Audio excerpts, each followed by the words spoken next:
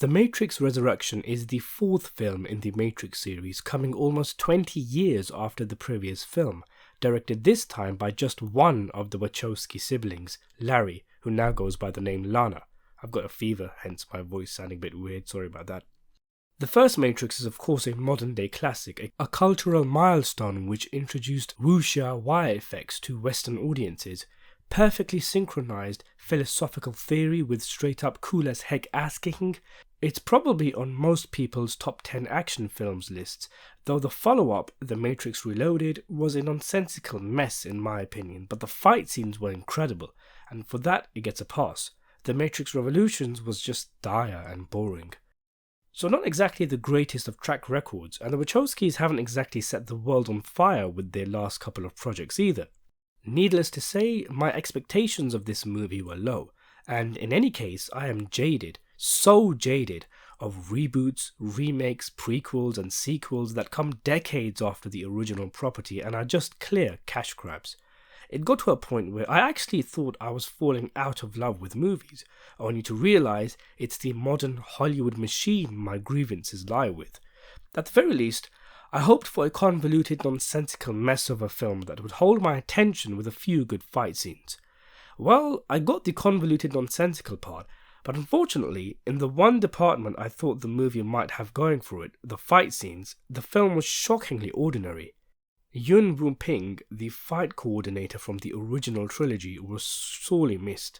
His action choreography is incredible and responsible for some of your favourite martial arts scenes, from Kill Bill, Crouching Tiger, Hidden Dragon, Fearless, Fist of Legend and so much more. Bearing in mind that The Matrix revolutionised Hollywood fight scenes, with everyone copying the bullet time stuff and the martial arts, The Matrix Resurrection gives us generic standard fluff, with the jittery camera up close and personal, overuse of CGI which shockingly looks better 20 years ago, and non-existent fight choreography. Nothing stood out. The gunplay, the hand-to-hand fights, in fact there were hardly any fight scenes in the movie. A real disappointment on that front. And the movie has a cheap look to it too, a kind of made-for-TV look that makes the fight scenes look even worse. The original trilogy was shot on film, has so many iconic shots and had that classic green hue. This one is digital, and it doesn't look like much thought was given to what kind of camera to use, where to put it, how to use it. The most creative shot was the opening, when the camera pans out from a shot of a squad of cops from a puddle of water, and that's about it. The rest of the film is shot so flat, and the constant 1-second cuts to scenes from the original trilogy only serve as reminders to just how much better those films looked. So what is the movie actually about? Well, it did actually have an interesting premise. The basic concept is essentially that the original Matrix trilogy was a series of ultra-realistic games that were designed by Thomas Anderson, played by Keanu Reeves. The opening half hour of the film or so weren't great, but they were the most innovative and curious parts of the film. It's bizarre seeing clips of the original trilogy played out in such fashion, but it's an interesting idea. I'm not too sure on it being a game though. Maybe a movie series, which is what I thought it actually was going to be, that would have maybe worked out better, because I found my mind wondering how exactly the game worked. Because they would always show us shots from the Matrix movies as we know them, with the camera where it is and stuff, whereas in a game you obviously play from a character's point of view or from a third person. We have VR as well, so I was a bit like, well, how does it actually work when someone plays the game? But they never really show us. Anyway, Mr. Anderson has put so many of his own experiences into the game, he starts to have delusions and episodes where he feels a real Morpheus is trying to contact him, things like that, which his therapist tries to help him with to keep him in the real world.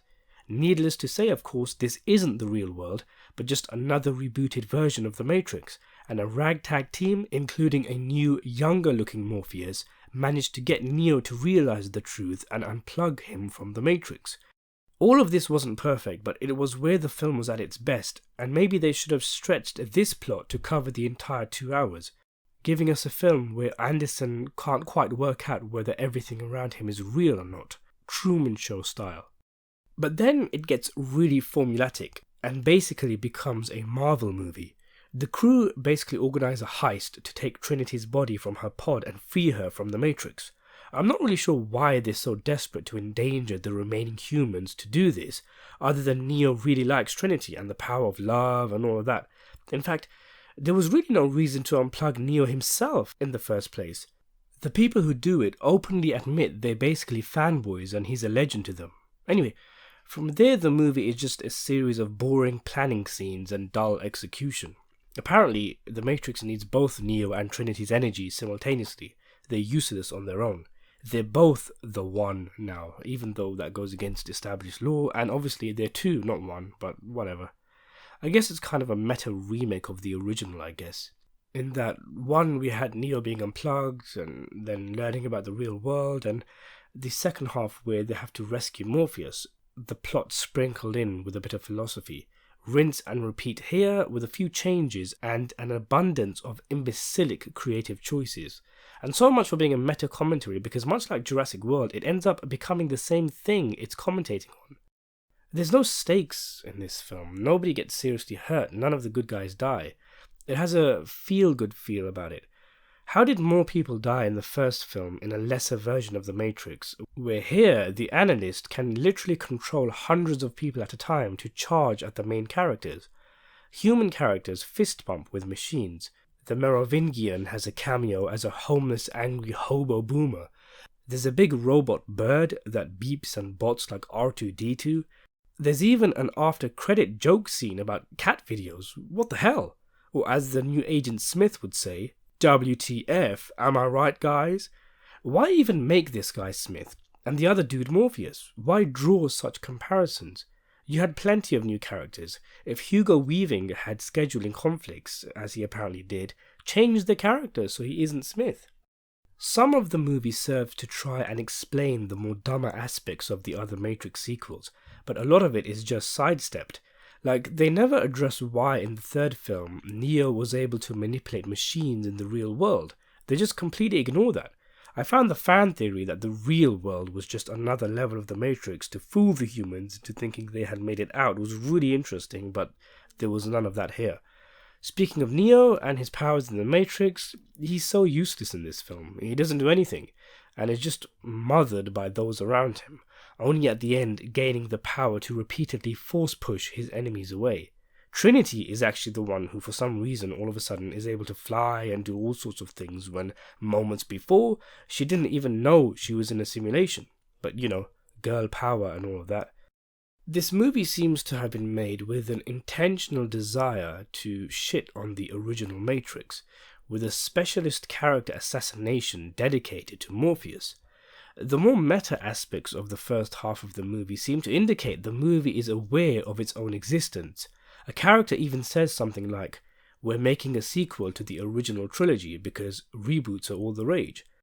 Warner Brothers are even name dropped, with the same character saying they were going to make a sequel with or without us, as if the film is perhaps telling us why the director decided to revisit the film series after so long.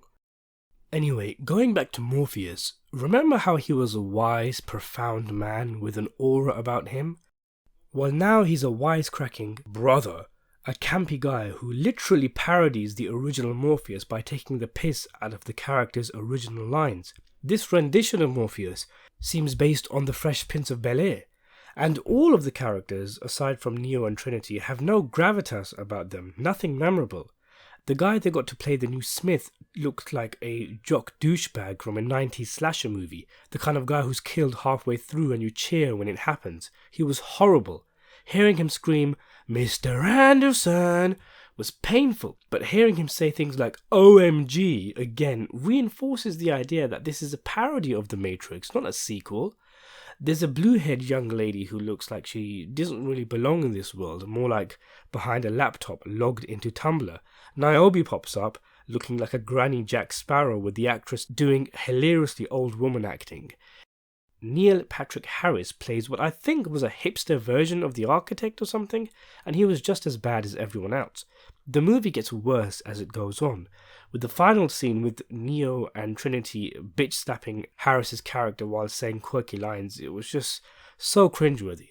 Though not as bad as the actual ending where the duo hold hands and fly away, accompanied by a horrible, horrible cover song. Everyone was so cool in the original Matrix, and that was even maintained in the two sequels. I don't know what was up with the characters here. In my review of House of Gucci, I described the film as a gay best friend of Casino, and this really feels like a gay best friend of the original Matrix. The movie was not funny when it was trying to be, and it was trying really hard. And it was hilarious when it was playing it straight. There was a part where our new heroes are confronted by Smith, and he's like, "Let me introduce you to some old friends of yours, muhahaha." And then some guys who look like background extras from Game of Thrones pop up with their fists up. And I'm sitting there thinking, who the hell are these guys supposed to be? Some rejects who are background bad guys for about 5 minutes in the other trilogy? I thought Hugo Weaving was going to show up, or at least those twins from Reloaded. Ultimately, after you see the film, you think, what was the point? It didn't add anything, it didn't feel like it provided anything to the Matrix lore, it gave us any memorable scenes or characters or anything. The music was forgettable, a true lightweight film. I think some part of it might be intentionally bad. There was a scene during the brainstorming of the new Matrix game when it seemed that the people who made it were annoyed that the original trilogy is remembered for the action scenes and not the philosophy. They were taking the piss out of bullet time and other stuff throughout the movie, almost as if maybe the director is bitter and turning your franchise into a satire is your way of sticking your middle finger up to the studio and at the fans. So yeah, it was pretty crap, and I give it a 4 out of 10. What did you think of The Matrix Resurrection? Let me know in the comments below, and thanks for watching.